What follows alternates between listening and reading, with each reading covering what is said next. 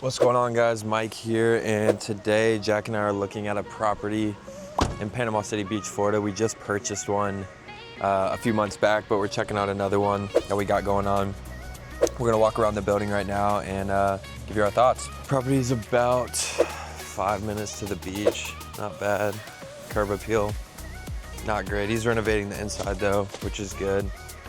A sneak peek of the backyard maybe.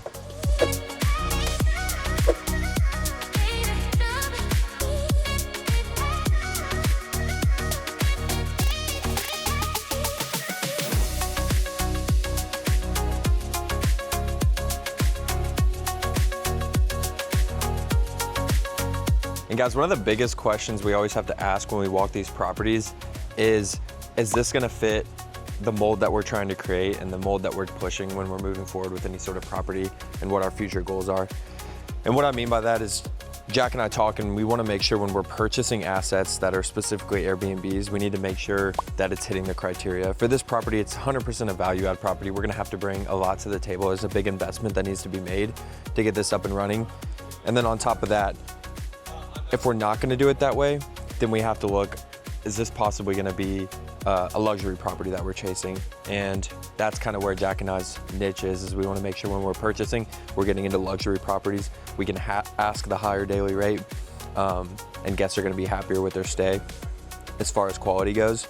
And so if we feel like that doesn't check that box, then we move to the next property. But the key here is just looking at enough properties, walking enough properties, negotiating terms with enough properties to get better at it every time. So I was just asking about the plans for the backyard, and really they're planning on just leaving those stone steps and then really just raking the backyard, leaving it as is. So it would mean for us to put a lot of work in. After walking the property, I feel like this doesn't hit our specific buy box. Michael and I aren't really looking for a huge value add right now, and we feel like there's still a lot of value that needs to be added for it to hit the type of property that we want to continue to add to our own portfolio.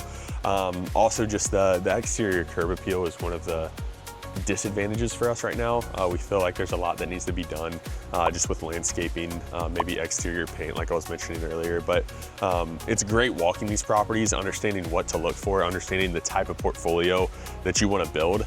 And I think this is going to be a great property for another investor. So all in all, a great property. It was a great walk. And I think that is the biggest thing, guys, is you're not gonna find that home run property after you search and walk property number one. That's usually not how it works. The key is getting enough walks in, talking to enough people, figuring out what your goal is and what you're trying to accomplish, and going from there. But again, this is one property of the several that we're gonna walk while we're in Panama City Beach, to figure out if we can find something that might work for us and our investors. Pulling out of the property and public beach access right across the street. Jack, people think we're crazy that our favorite market's Panama City Beach, Florida for short-term rentals. Talk to them why we choose Panama City Beach and what's the curbside appeal for it. Yeah, for sure. Panama City Beach has some of the prettiest beaches in the entire world, and then also some of the cheapest real estate for most beautiful beaches in the entire world. That is one of the best ratios that we can find in the nation. It is a very seasonal market, but if you understand the market like Michael and I do, we've been coming down here for such a long time. You understand the type of tourism that is coming down here year over year. If you're within a couple blocks of the beach, you can get a really good price on an Airbnb and you can make great money from it. And then obviously you get all the upside as well. But as far as demand, it's not going anywhere. There's way too much tourism for down here every single May to late September, and it's not going anywhere.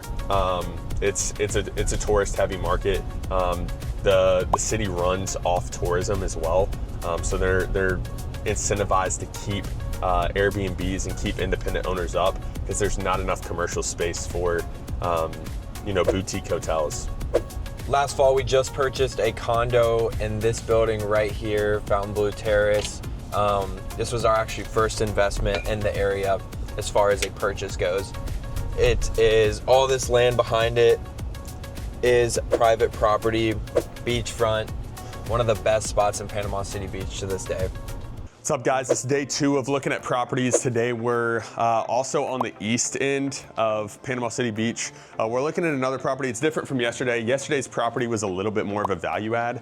Today what we're looking at is a 5-bedroom, more so luxurious property. Again, here on the east end of Panama City Beach. It's already turnkey. We're looking at possible creative finance opportunities. The current owner has a loan, so it might be a loan assumption or a sub-2 deal that we might be able to work out. But we're just gonna take a look at the property, check out comps, check out revenue numbers, see if we can make something work.